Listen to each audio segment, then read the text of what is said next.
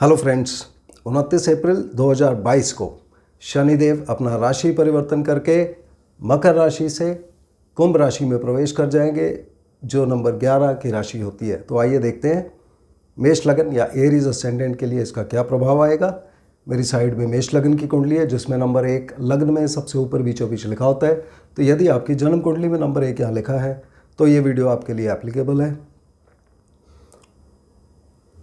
शनिदेव की हम direct results के ऊपर चलते हैं।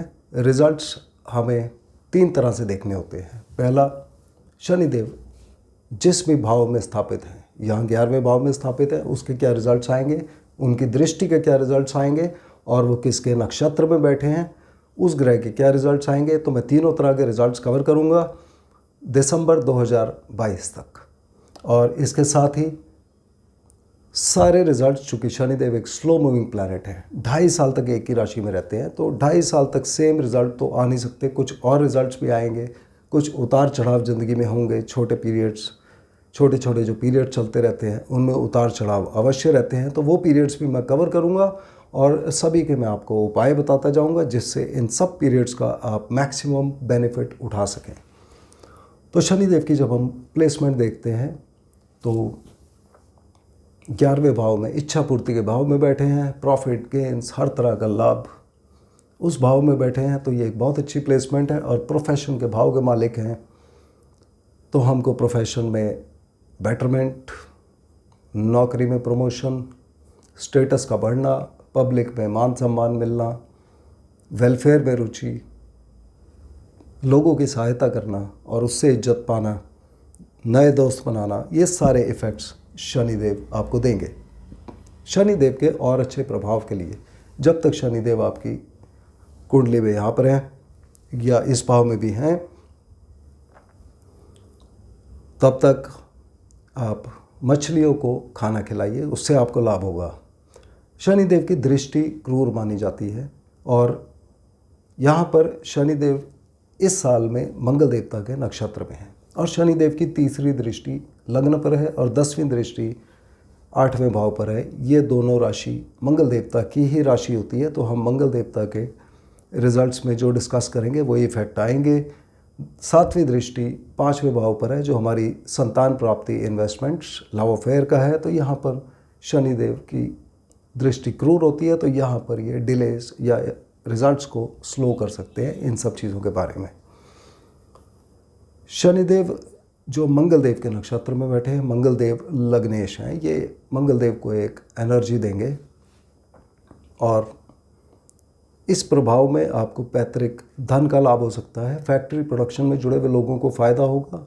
जिन लोगों का पैसा कहीं फंस गया था उसके निकलने की उम्मीद हो जाती है। जो लोग ऐसे पैसे से जुड़े हैं जो पीड़ा के साथ, कष्ट के साथ आता है, जैसे कि इंश्योरेंस का काम, ग्रेचुइटी इत्यादि, इन सब कामों से जो लोग जुड़े हुए हैं या इन सब चीज़ों से को फ़ायदा हो सकता है। सर्जरी के कामों से भी फ़ायदा हो सकता है। अकल्ट स्टडीज़, रीकी ज्योतिष, न्यूमरोलॉजी, टैरो तंत्र मंत्र इत्यादि में यहाँ रुचि बढ़ सकती है। और इसके अलावा चूँकि 8वें भाव के मालिक हैं, जो कुछ ना कुछ लड़ाई झगड़ा, चोट चपेट लगना, तबीयत खराब होना, और शनिदेव अपने आप में एक कन्फ्लिक्ट के कारक हैं, एक एनर्जी के कारक हैं। तो यहाँ चोट लगना और बीमार होना, एक्सीडेंट होना, उसकी संभावना भी रहती है। मगर चूँकि शनिदेव 11वें भाव में बैठे हैं तो हम यहाँ रिकवरी भी एक्सपेक्ट करते हैं। और मंगल देवता के और अच्छे प्रभाव के लिए आप जितना दान दे सकते हैं उतना दें और हनुमान चालीसा पढ़ें। शनिदेव के जो इफ़ेक्ट हैं अपने इंडिविजुअल डिस्प्लेसमेंट के, वो केवल आपकी कुंडली में तभी आएंगे जब आपकी या तो शनिदेव की दशांतर दशा, प्रत्यंतर दशा में शनिदेव चल रहे हों, या कोई ऐसा ग्रह हो जो आपकी जन्म कुंडली में शनिदेव के नक्षत्र में बैठा है। और मंगल देवता के प्रभाव भी आपको तभी मिलेंगे जब आपकी दशांतर दशा, प्रत्यंतर दशा में मंगल देवता एक्टिव हों। अगर कोई और ग्रह एक्टिव हैं तो इनके प्रभाव नहीं आएंगे, क्योंकि दशा और अंतरदशा लंबे पीरियड की होती है।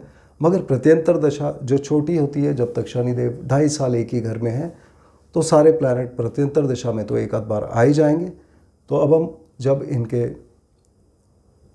छोटे छोटे पीरियड्स के रिजल्ट्स देखते हैं, तो यहाँ हम देखते हैं कि 29 अप्रैल से 12 जुलाई के बीच में ये पीरियड होगा जहाँ शनिदेव मार्गी थे और उसके बाद टर्न अराउंड होके वक्री हो जाएंगे, वापस मकर राशि की तरफ चल पड़ेंगे जो हमने एरो से दिखाया गया है, और 12 जुलाई को ये मकर राशि में प्रवेश हो जाएंगे। अब जब तक शनिदेव यहाँ पर हैं तब तक ये आपको नौकरी मिलने में फ़ायदा देंगे, लोन मिलने में अगर आपने अप्लाई किया तो उसमें फ़ायदा देंगे, कोर्ट केसेस में आपको फ़ायदा देंगे, कॉम्पिटिटिव एग्ज़ाम्स में आपको फ़ायदा देंगे, शत्रुओं के ऊपर आपको विजय देंगे, आपकी छोटी मोटी यात्राएं कराएंगे। आप बहुत मेहनती पराक्रमी इस पीरियड में हो सकते हैं।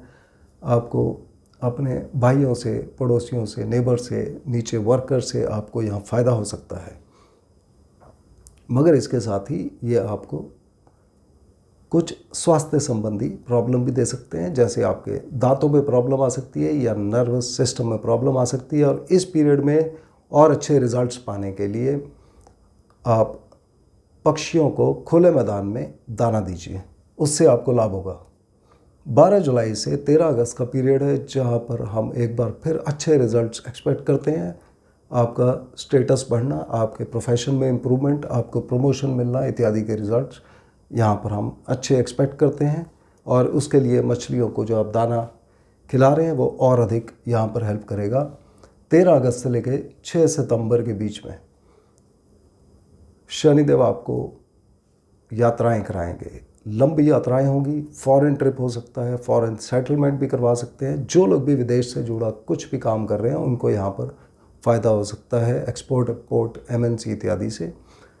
और जो लोग धर्म के कामों में जुड़े हैं या लंबी यात्राएं इनके कामों में जुड़े हैं उनको फ़ायदा हो सकता है। हायर एजुकेशन का ख़त्म होना यहाँ पर दिखाते हैं। नौकरी में परिवर्तन, चेंजेस, ट्रांसफ़र्स इत्यादि ये दे सकते हैं।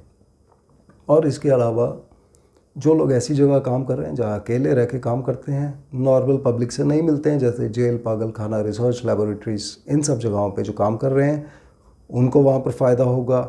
आपकी स्लीप पैटर्न ये डिस्टर्ब कर सकते हैं, आपका वेट हो सकता है अप एंड डाउन एकदम से हो, और आपके खर्चे बढ़ा सकते हैं, मगर वो खर्चे ज़्यादातर अच्छी चीज़ों पर और धार्मिक यात्राओं पर हो सकते हैं।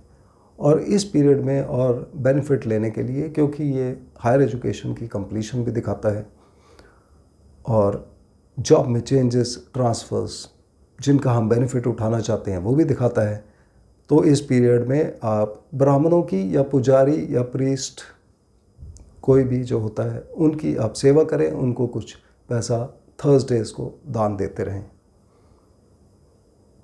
6 सितंबर से लेके 7 दिसंबर के बीच में ये एक लंबा पीरियड रहेगा। यहाँ पर शनिदेव स्लो हो जाएंगे और उसके बाद धीरे धीरे ये वापस टर्न होके दोबारा से मार्गी हो जाएंगे।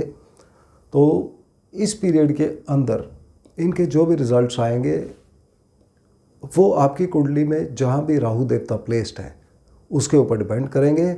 और यहाँ पर आप और अच्छे प्रभाव के लिए हम अपने ससुराल से हमें अच्छे संबंध बनाकर रखने चाहिए। 7 दिसंबर से लेके 28 दिसंबर के बीच में, अब चूंकि ये मार्गी हो गए, तो जब शनिदेव ऐसे आ रहे थे तो यहाँ जो जो काम हमारे रह गए थे, जो हमने पहले डिस्कशन किया था, वही अब उल्टी सीक्वेंस में, रिवर्स सीक्वेंस में दोबारा से जैसे जैसे मार्गी होकर वापस जाएंगे दोबारा होने लग जाएंगे। 7 दिसंबर से 28 दिसंबर तक विदेश, लंबी यात्राएं, फॉरेन ट्रैवल्स, एजुकेशन का ख़त्म होना, ये सब बातें जो हमने डिस्कस की थी 13 अगस्त से 6 सितंबर के बीच में, यही रिज़ल्ट्स फिर आएंगे। और यहाँ पर आपने सेम उपाय करना है कि ब्राह्मण और किसी पुजारी को आप थर्सडेज को कुछ पैसा दान देते रहें। 28 दिसंबर से लेके 17 जनवरी के बीच में एक बार फिर एक अच्छा पीरियड आएगा और मछलियों को दान देने से यहाँ पर आपको फ़ायदा होगा। तो ये इस साल के शनिदेव के गोचर के राशि परिवर्तन करने के रिजल्ट्स थे और उनके उपाय थे। और आने वाले साल का वीडियो हम दिसंबर में डालने का प्रयत्न करेंगे। तो मुझे उम्मीद है आपको ये वीडियो पसंद आया होगा। अगले वीडियो में फिर मिलते हैं, तब तक के लिए धन्यवाद।